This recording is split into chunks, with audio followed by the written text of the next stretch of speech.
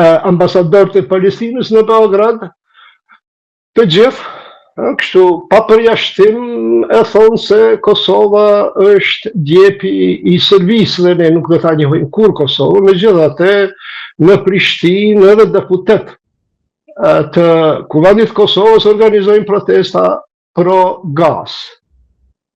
Pra, jo vetëm se përfaqësues të organizatës palestineze për çlirimin e Palestinës, PLO-s, por edhe këta të Hamasit që edhe më tepër të lidhur me Rusinë e thonë se Kosova është Serbi, e madhrojnë atë relacionin, ato marrëdhëniet vllazërore me Serbinë, të cilat i kanë trashëguar që nga Jugoslavia e Titos, por ju pengoj shumë ajo fjala e Zelenskit që nuk do ta njeh Kosovën edhe pse Zelenski e lufton Rusinë, ndërsa palestinezët janë në miqësi me...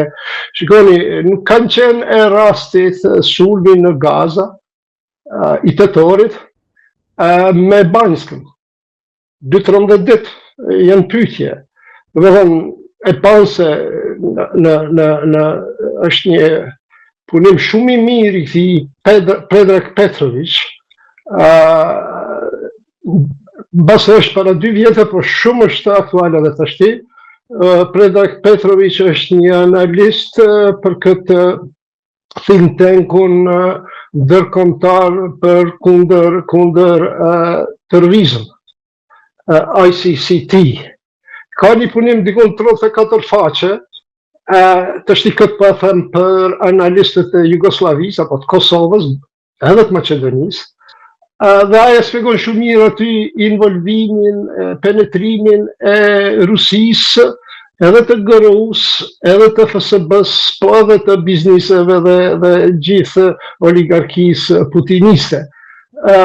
Dhe pastaj mund këta ti analizojnë se ku qëndron Rusia dhe në relacion me, keni pa këtë, thonë Serbia për furnizën Ukrajinën me armatim, nuk thonë po e shetë, po e lonë për shtypjën si kur donacion është i dhonë Serbia, Ukrajinës, e jo që është i shqitë, dhe është i shqitë me qëmi më të lirë. Do të rasti i armatimit janë dy faktorë, një është çmimi dhe faktori tjetër është se Polonia, Çekia, Bullgaria, Rumania, këto të cilat tashmë janë pjesë të NATO-s, kanë filluar industrinë e tyre të prodhimit të armatimit ta orientojnë ka NATO-ja. Po megjithatë akoma kanë atë know-how-n e prodhimit rus. Gjërsa Serbia akoma prodhon, do të thënë është në teknologjinë ruse dhe këto predhat, këtë municion konvencional, se cilin tash për tashti e përdor Ukraina për shkak të historisë së saj, janë të teknologjisë sovjetike. Prandaj edhe ka kërkesë dhe natyrisht ato përdoren shumë, domethënë fabrikat të cilat i prodhojnë edhe këto të Europës lindore ajo i konsumon.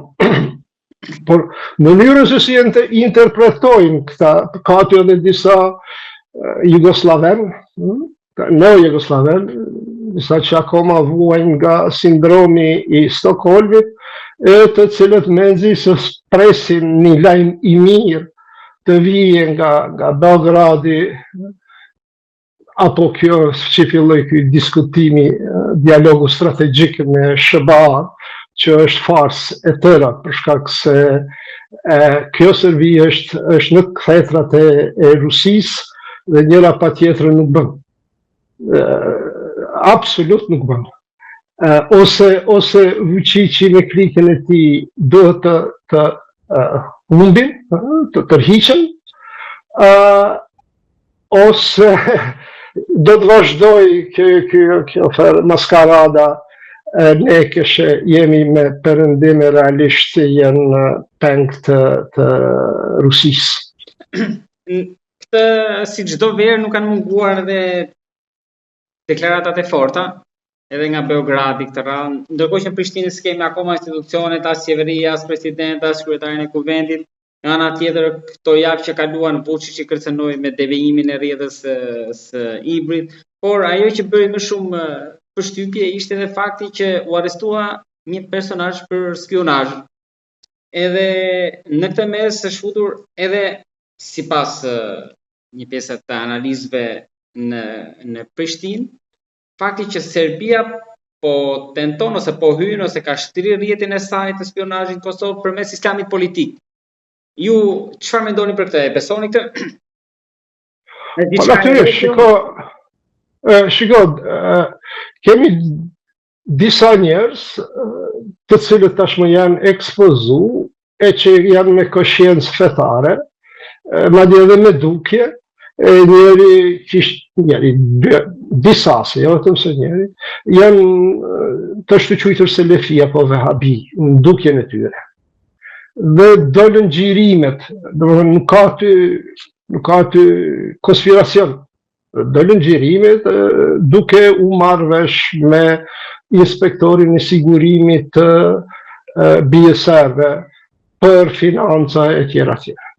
Po dhe kjo gjithmonë ka ekzistu. Problemin të ky debati që është zhvilluar është se të kjo pjesa me koshiencë fetare,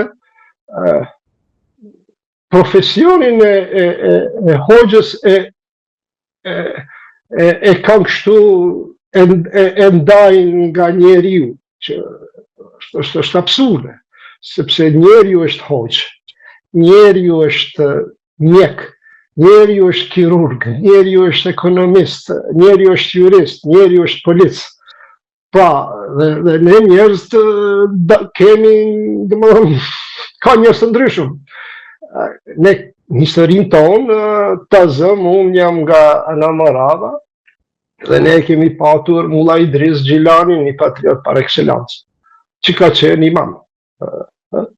Por kemi pas edhe shpihun atullë, shpihun të cilët i ka pagu edhe mbreti për bë propagandë që shqiptarët shpërngulën në Turqi. Por ne nuk kemë bëjmë këtu me profesionin, kemë bëjmë me njerëz.